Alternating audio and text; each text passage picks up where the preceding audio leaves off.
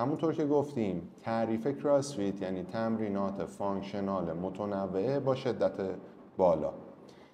اینجا یه چیزی فراموش شده یا جا افتاده، شدت نسبی بالا که در ادامه بهش اشاره خواهیم کرد. قبل از اون باید بگیم شدت چی نیست و بعد شدت رو تعریف کنیم. شدت صرفاً بالا رفتن وودو مکس، بالا رفتن ضربان قلب، عرق کردن زیاد یا جر دادن دستمون نیست. اینا ممکنه ارتباط با شدت بالا داشته باشن ولی لزوماً شدت بالا نیستن. من صبح پا میشم، قهوه میخورم، ضربان قلبم میره بالا و میشینم پشت کامپیوتر و کارامو انجام میدم. لزوماً پس شدت تمرین بالا باعث بالا رفتن ضربان قلبم نشده. یا ممکنه از در اینجا یه دزد بیاد با تفنگ و ضربان قلب من بچسبه به سقف. پس بنابراین اینها متغیرهایی نیستن که بیانگر شدت بالا باشن. اینها صرفاً رابطه با شدت بالا میتونن داشته باشن. از نظر متخصصین علوم ورزشی شدت بالا یعنی متوسط توان خروجی یا انجام کار فرد. کراسفیت میگه شدت متغیر مستقلی است که معمولاً با حد اکثر کردن نرخ بازده در سازگاری مطلوب چه فیزیولوژیک و چه روانی، یعنی چه سایکولوژیک و چه فیزیولوژیک در واقع مرتبطه. خب این حالا یعنی چی؟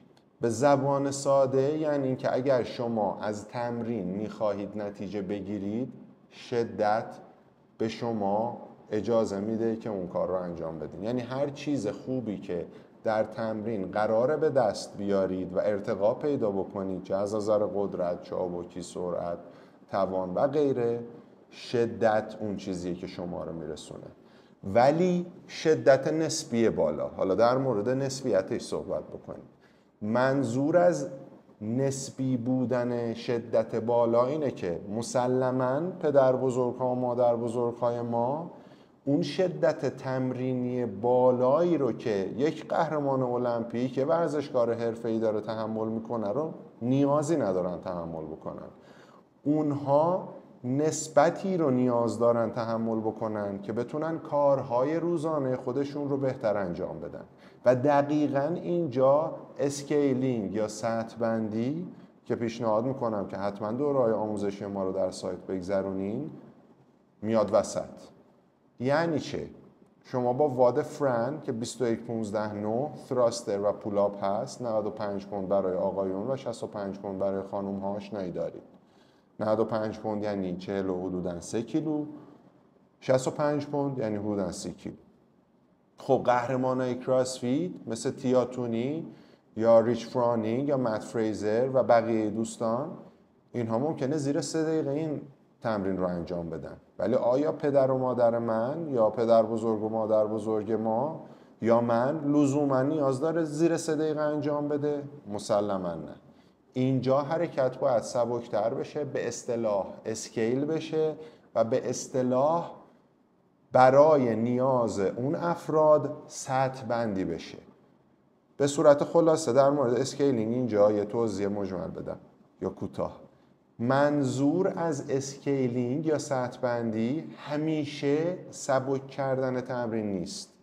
گاهن پیش میاد که تمرین برای فرد آماده تر سنگین تر بشه.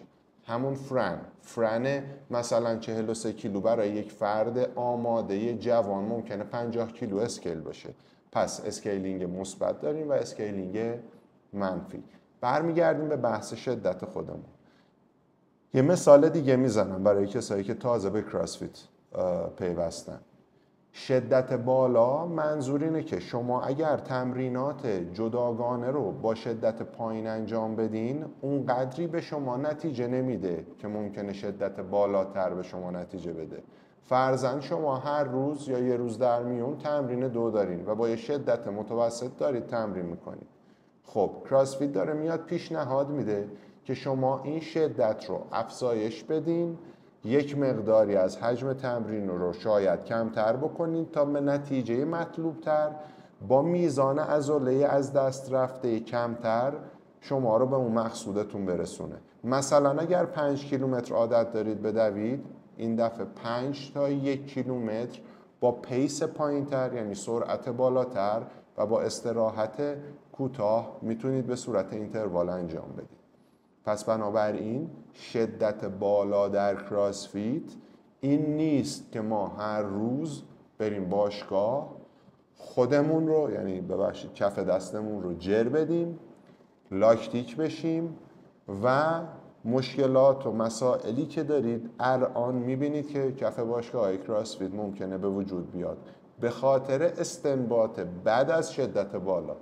خیلی ممنون همراه من بودید. حتما با بقیه ویدیوها و دوره‌های آموزشی ما همراه باشید. شیر، سابسکرایب و لایک و کامنت یادتون نره. ممنون.